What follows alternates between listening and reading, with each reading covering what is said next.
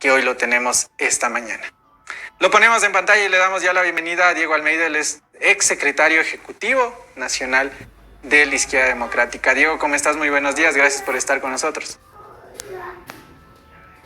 Hola Jefferson, ¿qué tal? Muchísimas gracias por la invitación. Siempre es un placer poder acudir a la posta y poder conversar con los ecuatorianos y ecuatorianas que nos siguen, sobre todo los jóvenes. Diego, al punto. El día lunes aquí realicé una serie de declaraciones tras lo que fue tu carta de renuncia a la Secretaría Ejecutiva y daba primeras declaraciones, Javier. Quiero primero un criterio tuyo general en relación a la respuesta que darías a Javier Hervas y luego iré punto por punto de varias cosas que él también declaró. Pero tu primera percepción general de lo que dijo Javier Hervas acá en el programa, ¿qué opinión te merece? Bueno, Jefferson, primero que nada, decirte que rechazo total y absolutamente las declaraciones vertidas por él. Uh-huh. Primero que nada, y eso tú mejor que nadie lo conoces, la carta que yo presenté es una carta privada, una carta enviada al Consejo Ejecutivo Nacional, no una carta que digamos que fue remitida a los medios de comunicación con la intención como maledicentemente se lo pretende vender como buscando protagonismo o lo que fuere. Más bien ha sido una intención de al interno verdaderamente llamar a la reflexión de lo que está ocurriendo en la organización. ¿Y qué está pasando? Algo que queda muy evidenciado es que podrán tratar de minimizarlo, podrán tratar de, digamos, de desconocerlo, pero nadie podrá decir que lo que allí se dice es falta la verdad. Y a eso quiero ir. Javier decía, una de mis primeras percepciones, lo que está diciendo en la carta, es decir, son chismes, decía, son chismes más allá de lo que es evidente. Lo que tú estás poniendo ahí, ¿es producto literalmente de chismes o son realidades que está viviendo la Izquierda Democrática? Yo creo que hay un tema que hay que verlo quizás más atrás de todo esto. Y tiene que ver con si existe o no existe una pugna. No sé, se ha hablado de si existe una pugna interna a la Izquierda Democrática. Pues sí, en efecto, existe una pugna. Y esta pugna no es una pugna de liderazgo, no es una pugna personalista, ¿no? Es una pugna única y exclusivamente, te digo, generacional e ideológica profunda en el partido. Es decir, una pugna entre los líderes históricos y una pugna de los nuevos que estaban tratando de refundar el partido. Sí, más que nada de los jóvenes. Te digo, porque la Izquierda Democrática cuando vuelve a la vida en el 2016, lastimosamente vuelve con los mismos líderes que heredaba, digamos, de hace muchísimos años, pero con una visión completamente distinta, con un discurso, obviamente, de juventud, de progresividad de derechos, de inclusión, digamos, de trabajo muy de cerca con los activismos sociales, etcétera. Y a la larga esto termina simplemente siendo un tema de marketing político. En la práctica los jóvenes hemos tenido que dar una pelea sin cuartel por más de 6 años al interno, buscando generar espacios y podendo, digamos, llegar a tener verdadera incidencia en la política interna y obviamente lo que pasa en el país. ¿Quién no les permitía acceder, por ejemplo, a estos puestos que tú dices? Estábamos en una pugna entre los jóvenes para poder llevar nuestro trabajo más allá de ayudar en las campañas, repartir boletines y demás. ¿Quiénes eran estas personas que contra quienes ustedes tenían que luchar para poder realizar una actividad política? Mira, yo creo que dejó un muy gran ejemplo el expresidente Rodrigo Borja cuando decide retirarse de la política, por dar primero que nada un paso verdadero a que existan nuevos liderazgos y que se renueven al interno del partido. No así, digamos, no siguieron ese camino algunos otros líderes que creen que el partido debe seguirse manejando bajo las mismas lógicas, con las mismas estructuras caducas. ¿Quiénes son esos líderes? Permitir que esto, digamos, prospere y camine. Te digo, voy a dar muchos nombres, pero preferiría, la verdad, evitar dar nombres específicamente, decirte que mira, hay muchos dirigentes provinciales, pero Diego, son los mismos dirigentes provinciales que tenía la Izquierda Democrática antes de haber sido presidente del doctor Borja. Ya, pero lo pusiste en tu carta, tú haces alusión a Vilma Andrade, por el cual también tú trabajaste con ella, fuiste asesor de ella, Entonces, ¿qué sucedió? ¿En qué momento se quiebra totalmente esta relación? Tú hiciste alusión directamente a Vilma Andrade. Sí, mira, te digo, en una primera instancia, yo cuando me vinculo a la izquierda democrática, hace 6 años y tanto, casi 7, lo hago primero que nada con toda la firme intención de generar un espacio amigable para los jóvenes, donde podamos hacer política naturalmente. Y claro, la invitación original de Vilma era en ese sentido, ¿no? De construir una nueva organización, un nuevo espacio y demás.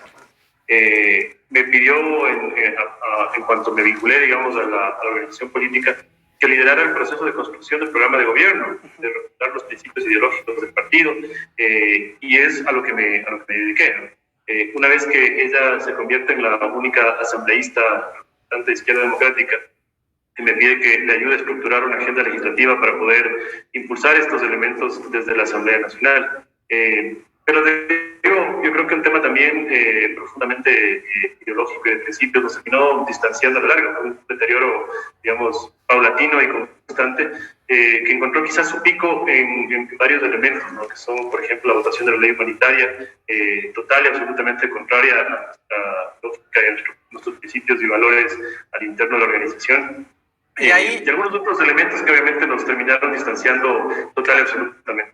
Y esa parte, tú en tu carta, en una de las hojas dices textualmente, una parte del partido está podrida, es putrefacta. ¿Te refieres a estos líderes históricos, por lo que das como ejemplo el apoyo a la ley humanitaria y demás? ¿Te refieres a esto o cuáles son las partes del partido que están podridas y son putrefactas? Mira, no me refiero en términos personales, digamos, no es que me refiero a que tal o cual dirigente refiere ese calificativo, sino a las prácticas, ¿no? A buscar las componendas, a los arreglos por debajo de la mesa, a llamar, a interceder para destruir a las personas, en tratar de conseguir firmas bajo presiones y amenazas, encerrándolas en los baños. O sea, ese tipo de cosas que a la larga, digamos, son un poco lo que nos hemos opuesto. A conseguir firmas bajo presiones. ¿Firmas para qué? Bueno, ya te lo comentamos. Déjame te termino de comentar esto de que creo que el tema de la putrefacción de la que hablabas. Te digo que, mira, nosotros, por ejemplo, cuando nos disputamos del espacio de Pichincha y en general nuevos liderazgos con jóvenes a nivel nacional, una de las principales cosas que nos causaba estertor, cuanto menos, era el que las candidaturas tuvieran precio, el que tuvieras que, digamos, estar vinculándote a una organización política solamente en la medida en la que tuvieras unos dólares en la chequera como para poder afrontar o no afrontar una candidatura. Los verdaderos jóvenes, los liderazgos importantes, la gente que tenía posibilidades reales de transformar la política en el país, quedaban total y absolutamente relegadas. No se daban espacio para los jóvenes, tenías que pelear muy duramente al interno para que se lo reconozcan en espacios que ni siquiera tenían posibilidad de llegar. Y luego los votos demostraban que eran los jóvenes los que tenían el respaldo y pasaban de ser cuartos, quintos en la lista a llegar a ser segundos, incluso primeros, y después sorpresivamente terminaban fuera de los espacios de elecciones. Te digo, ese tipo de prácticas son a las que yo me refiero, a las que nosotros hemos confrontado con muchísima fortaleza al interno y que las hemos pretendido, digamos, desterrar por completo. Lastimosamente creo que estas mañas y estas prácticas no han sido desterradas del todo y es lamentable. Wow, o sea, lo que comentas es fuerte. También te refieres a todopoderosos, pones entre comillas. ¿Quiénes son los todopoderosos de la izquierda democrática? Bueno, mira, yo creo que eso es un poco evidente. Lo que sí te puedo decir es que es lamentable que la vieja forma de hacer política pulule a lo largo y ancho de la organización política que los jóvenes pensábamos era el espacio natural para poder impulsar los temas sin los extremismos, sin las lógicas, digamos, de autoritarismo y demás.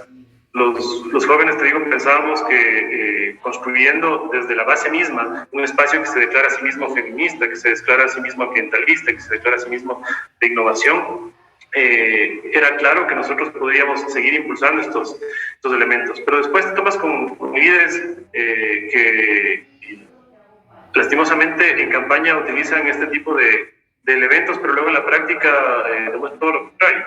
y dan declaraciones incluso de estar en contra, por ejemplo, de la ley de interrupción voluntaria del embarazo en casos de violación. ¿Te refieres a Javier Esto Herbas, es que parte lo dijo aquí en el profundamente programa? del diario político de Izquierda Democrática, de la nueva Izquierda Democrática. Claro, te refieres a Javier que dijo aquí en el programa, no estoy de acuerdo con el aborto, después dijo que sí, más o menos, vi que en otra entrevista también dijo sí, pero en ciertos casos y demás. Ahora, un poco cambiando de tema, ¿en qué momento, o más bien, cuál fue la gota que derramó el vaso de lo que hoy estamos viendo en el partido de ustedes? ¿Fue el tema del señor Andrés Vallejo aceptando una embajada en este gobierno?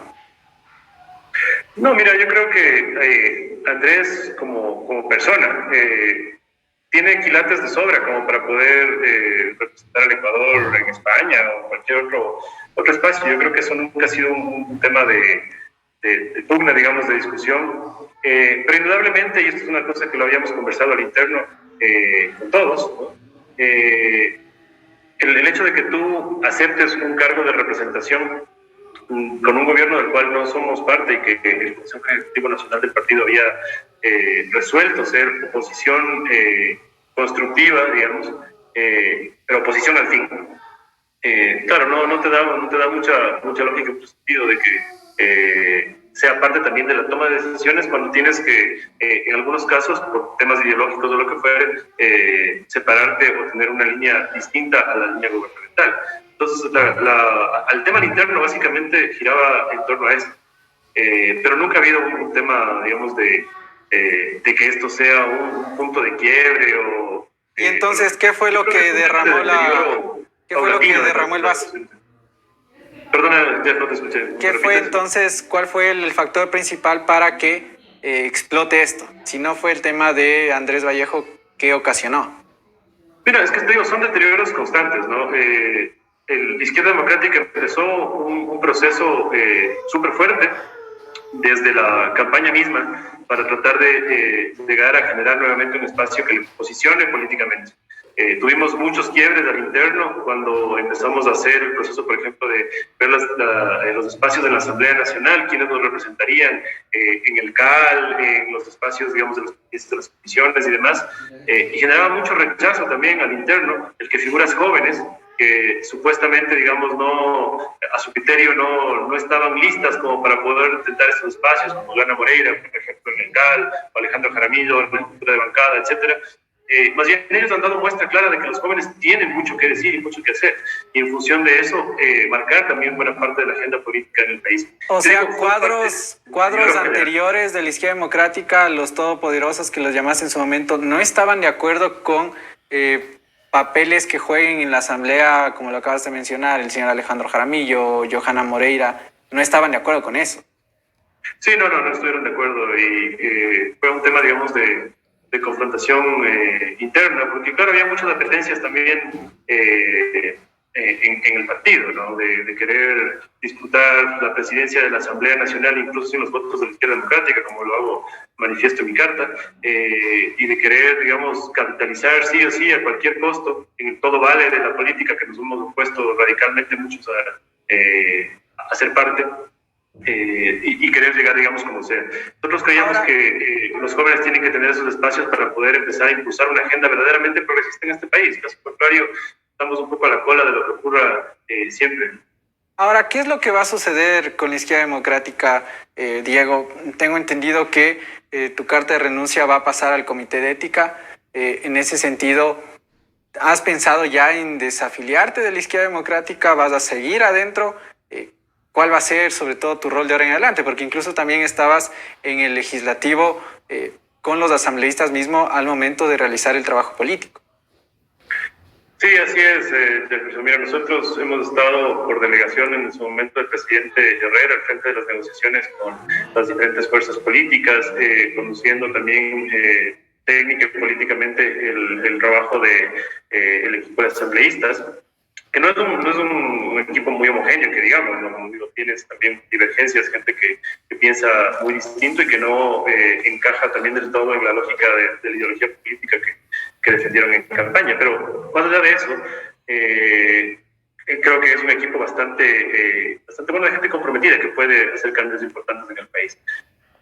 Respecto de mi vinculación con la izquierda democrática, mira, yo con todas las cosas que han venido pasando desde hace rato, uno va perdiendo los esfuerzos y la gana de pelear, ¿no? Cuando ya se meten con tu familia, cuando buscan el todo vale, cuando tratan de amedrentarte con procesos legales, judiciales o lo que fuere. Claro, no te piensas dos veces, te preguntas, ¿no? Mucha gente te dice siempre, mira, la política es un espacio nocivo, asqueroso, tóxico. Mi familia me ruega todos los días que deje este espacio para tener un mínimo de paz y de tranquilidad en nuestro interno.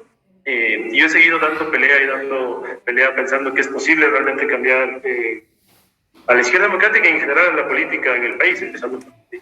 Y con esta decepción piensas salir. Del partido. Yo había tomado la definición ya de desafiliarme del partido. Esto yo lo hice manifiesto con algunos compañeros que son cercanos, con los que tenemos mucha más vinculación, con muchos presidentes provinciales y demás. Y de hecho recibo hasta ahora constantes llamadas de, o sea, no te vayas, no te desafiles, demos pelea al interno, este es un tema pasajero, seguramente las cosas van a cambiar. Y lastimosamente creo que no están así, ¿no? Creo que el partido como tal está conduciéndose en exactamente el mismo camino en el que se condujo previo al 2012 cuando apareció. Y creo que no ha aprendido las lecciones de que si es que no das el paso al costado, como lo hizo el presidente Rodrigo Borja, para generar espacios para nuevos liderazgos y que los jóvenes encuentren verdaderamente un espacio natural y abierto, transparente para hacer política, el partido está condenado a fracasar y a desaparecer. Y yo no quiero ver desde adentro, siendo parte de la construcción de este partido, desde sus cimientos de la nueva izquierda democrática, ver cómo se deteriora, cómo se destruye y cómo desaparece. Creo que los jóvenes merecemos mucho más de un espacio socialdemócrata verdadero para poder impulsarlo, y que si no es la izquierda democrática, bueno, será en el futuro algún espacio que nazca desde el propio cariño y compromiso de los jóvenes. Haces público, te vas a desafiliar de la izquierda democrática. Quiero cerrar con dos últimas preguntas de manera muy sucinta, Diego. El tema de que mencionabas tú que se te estaba pidiendo constantemente que seas candidato a la alcaldía de Quito. Javier Hervas en su momento dijo, este es un tema también de protagonismos personales. ¿Estabas buscando protagonismo con esto? ¿Qué opinión tienes sobre esto? Mira, Jefferson, yo te voy a decir una cosa que me parece un poco icónica y graciosa. Si hubiera tenido aspiraciones personales, intenciones de figurar, primero que nada, respecto a esta desafiliación o de la renuncia, lo hubiera hecho público y lo hubiera retirado de todos los medios. Más bien lo que he hecho es simplemente acudir a donde se me ha mencionado en mi nombre, y creo que es importante dejar en claro cómo son las cosas. Pero además, hubiera aceptado las candidaturas que me han propuesto en reiteradas ocasiones. La propia candidatura a la presidencia de la República por la izquierda democrática fue un tema de discusión en un Consejo Ejecutivo Nacional antes de que tengamos, digamos, que buscar hacia afuera de las filas, y obviamente por un tema económico, por no sentirme probablemente en capacidad de afrontar ese mate de campaña. Me negué a hacerlo. Si hubiera tenido intenciones de figurar personalmente, lo hubiera aceptado. Del mismo modo que hubiera aceptado la tentación de, entre comillas, ser candidato a la asamblea por Chincha. Una cuestión que también decliné en su momento para dar paso a otras figuras que considero eran importantes que estén en esos espacios. Respecto a la alcaldía de Quito, sí, en efecto fue un tema de discusión al interno. Me decían, mira, tú deberías ser nuestra figura, impulsarla y demás. Yo lo que he dicho es, compañeros, miren, este es un tema que tiene que tomarse democráticamente, que tiene que articularse en base a las batallas. Es que el partido decide que tengo que hacerlo, perfecto. Bueno, yo no tengo los recursos para afrontar una campaña de esa envergadura. Logramos levantar los recursos para poder impulsar esto, poder construirlo, de acuerdo, estaremos allí. Pero te digo de plano, no es algo que me robe el sueño, no es algo que me interese, no es algo que haya buscado. Más bien, al contrario, te lo he dicho en su momento a Javier, a Guillermo, a los líderes del interno del partido. No me interesa ser candidato a la alcaldía de Quito, y como tal tampoco es que he aceptado nunca ninguna candidatura. Para cerrar, Diego, en la interna de la Asamblea Nacional, en su bancada, ¿qué es lo que va a suceder y por qué te consulto esto? Ayer Alejandro Jaramillo, ex jefe de la bancada, renunciaba a la misma jefatura de la bancada. Tengo entendido que por el momento, tras la decisión que tú has tomado, hay un fraccionamiento, que estaría el grupo que digamos, sigue a Alejandro Jaramillo, estaría con Lucía Plasencia, Ramiro Narváez, el señor Santos, dos asambleístas más. ¿Es evidente esto? Es decir, ¿está internamente estos dos equipos en la bancada de la izquierda democrática? Bueno, mira, a mí personalmente, te digo, me ha golpeado mucho la renuncia de Alejandro. La izquierda democrática me ha dado muchas decepciones, muchos golpes, pero también cosas maravillosas como poder encontrar gente muy valiosa, dispuesta a construir el país a cambio de nada. Alejandro es uno de ellos, yo lo considero mi hermano a nivel personal incluso. Y claro, esto es un ataque concertado, digamos, que viene en su contra. Yo lo anunciaba en la carta, ¿no? Iban por mi cabeza, luego por la de Alejandro Jaramillo, y la tercera, la que viene, es el golpe de Estado al interno contra el presidente Guillermo Herrera. Pero así como van a terminar decantando las cosas, y es lamentable, te digo, porque lo único que está detrás de todo esto es una ambición desmedida de poder, y sobre todo de poder estar en control de las candidaturas que vienen a 2023. Dices un golpe interno, un golpe de Estado interno que terminaría con la presidencia del señor Guillermo Herrera. Dices que vienen también, o sea, que hay algo detrás de... Yo le consultaba aquí a Javier porque he escuchado esto, lo veía en redes, lo he escuchado desde varias personas también. ¿Te parece que detrás de todo esto hay una figura política que podría ser la ex ministra de Gobierno, la señora María Paula Romo? Mira, yo no te podría afirmar tal cosa porque es difícil que esto se pueda consolidar. Lo que sí te puedo decir es que varias de las personas que en su momento salieron del partido, cuando nosotros nos confrontamos con mucha fuerza a este intento de toma del partido también que hubo en ese entonces con ruptura, son los mismos que están ahora en torno a Javier. Entonces, bueno, uno puede sacar ahí su propio. Oh, ok, creo que queda bastante claro. ¿Ves alguna solución a esto, Diego? ¿O ves que la ruptura interna no va a tener algo de solución? Sí, te digo, es lamentable. A mí personalmente me duele muchísimo. La izquierda democrática ha sido para mí por muchos años un espacio de dedicación absoluta de mi tiempo y demás, incluso a costa de mi propia familia. Creo que les debo a ellos, más que a nadie, espacios de paz y de tranquilidad, y de empezar a pensar en que los jóvenes tenemos que seguir luchando porque la política cambie en general, y no conformarnos con las cosas tal y como están. Yo tendré que enfrentar muy seguramente los embates, las discusiones, los temas que se vengan, pero con la conciencia tranquila y con la paz de haber dicho las cosas tal y como son. Si la gente no lo quiere ver y quiere tapar, digamos, el sol con un dedo, pues es cuestión de cada uno. Pero lo importante, te digo, es que la verdad siempre sale a la luz, y creo que en este caso es importante que la gente conozca dónde estamos parados y qué es lo que está detrás de todo, ¿no? Ok, bastante claras las declaraciones, fuertes declaraciones de Diego Almeida. Más bien, Diego, te quiero agradecer por tu tiempo, por haber aceptado la entrevista. Sé que te has querido tomar un par de días antes de dar declaraciones públicas, pero siempre agradeciendo también por haber aceptado la invitación. Diego, muchísimas gracias. A ti, Jefferson, muchísimas gracias. Un abrazo. Igualmente, estas fueron las declaraciones de Diego Almeida, ex secretario ejecutivo de la Izquierda Democrática, ex Izquierda Democrática también. Acaba de decir en el programa que se desafilia del partido. Javier decía el día lunes que hay temas más relevantes que hablar en función del país y no de solamente un partido. Y yo vuelvo a cuestionar esto. Sí, pero evidentemente el punto de un partido, la situación de un partido político, que hoy por hoy es una de las bancadas más fuertes en la Asamblea Nacional, es relevante. Es relevante para conocer qué es lo que está sucediendo, para conocer, porque a partir de esta ruptura también se tomarán varias decisiones en el legislativo que evidentemente, valga la redundancia, van hacia las decisiones que son hacia los ciudadanos. Entonces es necesario y era necesario topar esto. Vamos a ver cómo es lo que va a acontecer en los siguientes días. Varias cosas que destacar de eso. Dice que ex ruptura están en el círculo de Javier Hervas. que ahí cada persona podrá sacar sus propias conclusiones, decía Diego Almeida, que, por ejemplo, no se estaba permitiendo, o al momento de que varios perfiles jóvenes asuman ciertos puestos claves, no les gustaban a los anteriores dirigentes. Fuertes declaraciones. Vamos a estar también atentos a lo que pueda desencadenar y sobre todo los detalles que puedan acontecer a partir de lo que han sido estas declaraciones, sobre todo de lo que ha sido la situación de la izquierda democrática. Pero, cambiando de tema.